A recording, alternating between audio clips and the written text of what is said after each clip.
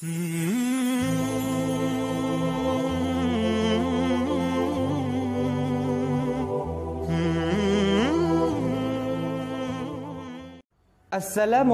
warahmatullahi wabarakatuh.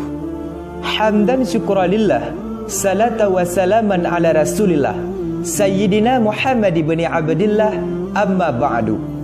Saudaraku seiman dan seakidah, pada kesempatan yang sangat mulianya, saya ingin membahas tentang menuntut ilmu.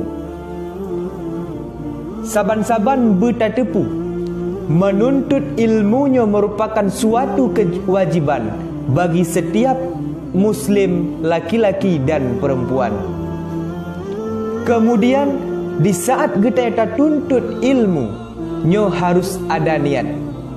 Karena Nabi sallallahu alaihi wasallam pernah berkata, betapa banyak amalan dunia, betapa banyak amalan yang berbentuk dunia menjadi amalan akhirah karena kebagusan niatnya.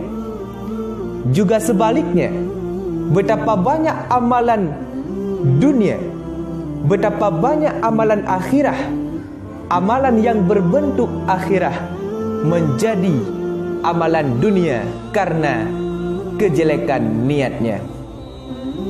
Jadi putra yang tak perhatikan lagi getanya, niat getanya di saat tak tuntut ilmu Allah.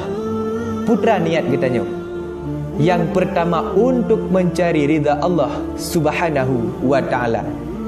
Kemudian untuk menghilangkan jahil, tak pegadah jahil bak tubuh dro deh. Kemudian untuk tapu hudip agama dan tapu kekal Islam, karena kekal Islam nyo dengan ilmu. Jadi ban-bandung penuntut ilmu nyo perle untuk berhasil dan sukses. Maka dalam hal ini Syekh Ad-Darnuji dalam kitab Ta'alim Muta'alim menuliskan sebuah syair dari Sayyidina Ali bin Abi Talib radhiyallahu anhu. Ala la tanalul ilma illa bisittatin sa'umbika amma majmu'iha bibayanin dzakain wa hirsin wastibarin wa bulghatin wa irsyadi ustadzin wa tulil zamanin. Ala, ingatlah, la tanalul ilma illa bisittatin, kamu tidak akan mencapai ilmu kecuali dengan 6 perkara. Yang pertama, zakain, memiliki kecerdasan. Memiliki kecerdasan bisa berbentuk dengan 2 bentuk.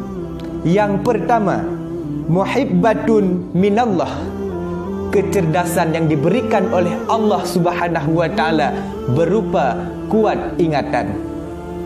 Yang kedua, dengan jalan usaha, adakala dengan tak tumulih, tak ulang-ulang pelajaran yang pernah tak kaji, berdiskusi. Yang kedua, wahirsin. Apa makna wahirsin? Bersungguh-sungguh. Butate musungguh-sungguh di saat kita tuntut ilmu Allah. Butate musungguh-sungguh di saat mempelajari ilmu Allah. Beryakin hati, hati tanya berikat kepada ilmu Allah. Kemudian yang kelih, wastibarin, benar kesabaran. Benar sabar geli getanya di saat tak tuntut ilmu Allah. Karena untuk sukses butuh kesabaran. Sabar di atas ujian dan rintangan hambatan lainnya. Kemudian yang keempat, wabulghatin, guna bekalan dan biaya. Betatim korbankan harta untuk tak tuntut ilmu Allah. Kemudian yang kelima, wa irsyadi ustadzin, guna putunjuk daripada gure. Artinya legitanyo tak menuntut ilmu Allah, bak gure ken but metire. Kemudian yang terakhir, yang keenam, waktu li zamanin, waktu yang lama. Betrip tengok dalam menuntut ilmu. InsyaAllah menyertai perhatikan daripada nambah syaratnya, insya-Allah getanyo akan sukses. Nyokeh dambaan daripada para penuntut ilmu untuk menjadi sukses dalam bidang agama, menjadi berhasil, mampu. Oleh karena demikian, saudaraku seiman seakidah, nyokeh nambah syarat menuntut ilmu agar getanyo menjadi sukses dan berhasil. Saudaraku, inilah renungan kita pada hari yang berbahagia ini. Mudah-mudahan bermanfaat. Amin, amin ya rabbal alamin. Saya atas nama Muhammad Isa Ridwan mengucapkan selamat Hari Santri Nasional 22 Oktober. Billahi taufik wal hidayah. Assalamualaikum warahmatullahi wabarakatuh.